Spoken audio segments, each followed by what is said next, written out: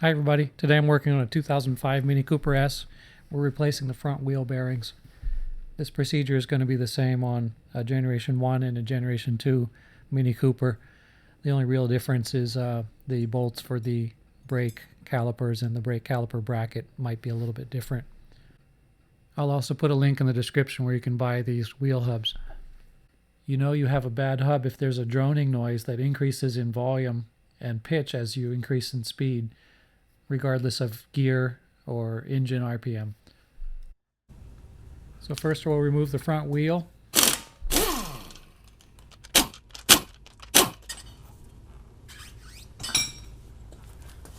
Next we'll remove the caliper spring.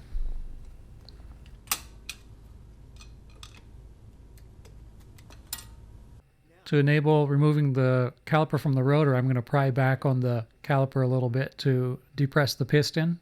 And I just use a screwdriver and pry back a little bit, just enough so that it slides off easily. Next we'll loosen the hub nut, and on this car it's a 32 millimeter. I'm going to use an impact drive. You can also just use a very long cheater bar. If you do it that method, get someone to stomp on the brake while you're turning the bolt. Next we'll remove the brake caliper. And on the 2002 to 2006 Mini, this is going to be a 7 millimeter hex.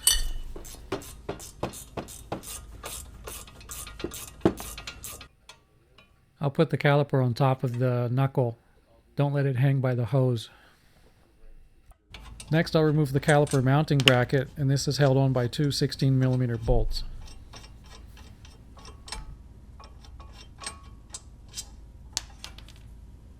I'll remove the rotor next, and it's held in by one Torx 50 size fastener.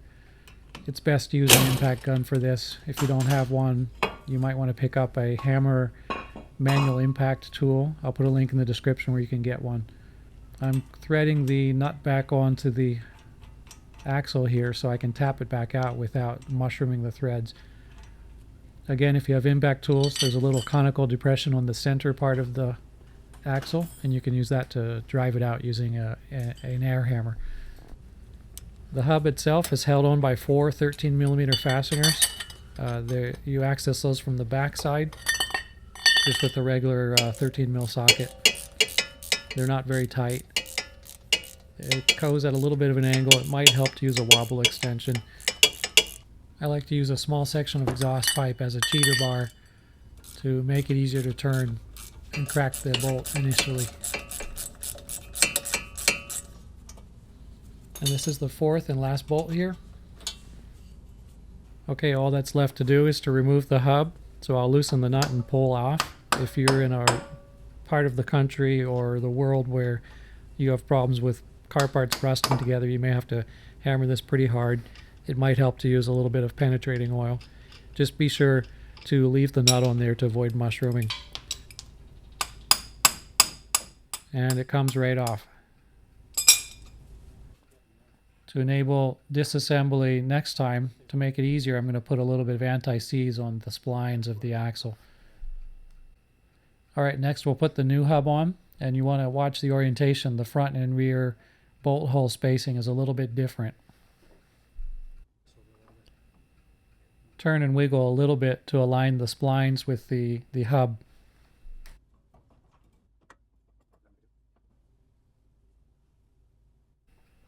And I'm going to cinch down the nut just to keep it from flopping around while I continue the assembly. Next I'm just feeling and making sure that everything's nice and smooth and flush with no foreign material between the hub and the knuckle. Then we just tighten up all four 13 millimeter bolts. These need to be tight but not too tight. If you over torque them, you run the risk of the bolt breaking the next time the car takes a hard corner. I'll put information in the description for torque values for the 2002 to 2006 cars.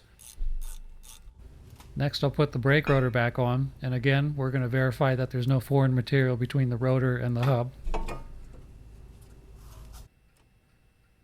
Tighten down the Torx T50 fastener. This doesn't need to be super tight.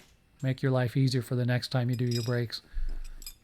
The rotor is actually held in place by the bolts that hold the wheel onto the car, and all this fastener does is keep it from spinning around when you're putting everything back together. Next, we'll put the caliper bracket back on and the caliper.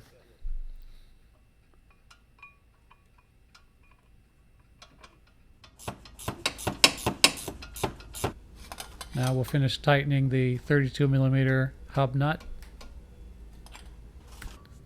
Then use a cold chisel or a big screwdriver to lock the nut in place. And last, before putting on the wheel, don't forget to put the little spring clip here for the caliper. And once you've done that, put the wheel on and you're all done. So thanks for watching.